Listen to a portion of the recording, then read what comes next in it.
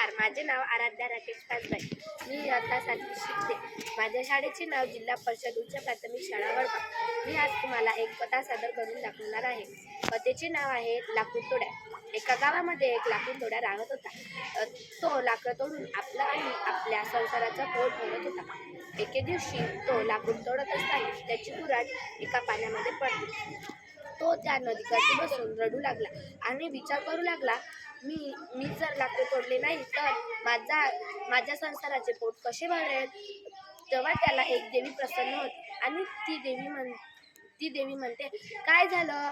तर तो लाकूड तोडा आपली सारी हकीकत त्या देवीला सांगते आणि ती देवी नदीमध्ये बुडी मारून एक सोन्याची कुऱ्हाड काढते. ती लाकूड तोड्याला विचारते, ही तुझी कुऱ्हाड आहे का. तो लाकूड तोड्या म्हणतो, ही माझी कुऱ्हाड नाही. मग देवी पुन्हा चांदीची कुऱ्हाड काढते आणि म्हणते, ही तुझी कुऱ्हाड आहे का. तेव्हाही तो लाकूड तोड्या म्हणतो, ही माझी कुऱ्हाड नाही. मग देवी त्याचीच लोखंडी कुऱ्हाड काढते. तेव्हा पुन्हा देवी विचारते, ही तुझी कुऱ्हाड आहे का. तो लाकूड तोड्या म्हणतो, हीच माझी कुऱ्हाड आहे. देवी त्याच्यावर प्रसन्न होते आणि म्हणते, तुझ्या प्रामाणिकपणामुळे मी तुला या तिन्ही कुऱ्हाडी बक्षीस म्हणून देते.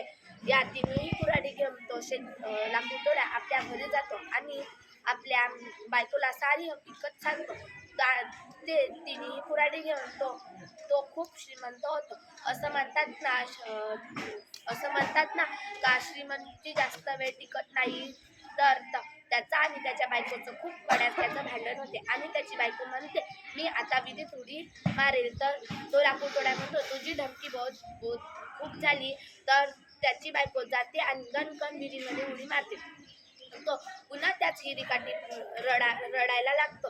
पुन्हा त्याला देवी प्रसन्न होते आणि म्हणते, काय झालं. लाकूड तोड्या त्याला सारी हकीकत सांगतो आणि म्हणतो आणि नदीमध्ये बुडी मारून एका सुंदर मुली काढते.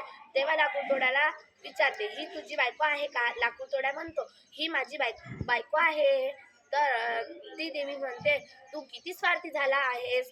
तुला ही सुंदर मुलगी पाहून तो हीच माझी बायको आहे म्हणतोस. लाकूड तोड्या म्हणतो, मी जर ही माझी बायको नाही म्हटले असते तर तुम्ही दुसरी काढली असते. ही जर मी नाही म्हटले असते तुम्ही माझी खरोखरचीच बायको काढले असते आणि ही जर माझीच बायको असली म्हणले असतं तर तुम्ही ह्या तिन्ही बायका मला बक्षीस म्हणून दिल्या असत्या. जर माझं एकाच बायको जबर पटत नाही तर मी 3 बायका कशा पोचणार आहे. कथा सांग. एखादी गोष्ट एखाद्या वेळी महत्त्वाची असते ती दुसऱ्या वेळी असते असे नाही. धन्यवाद.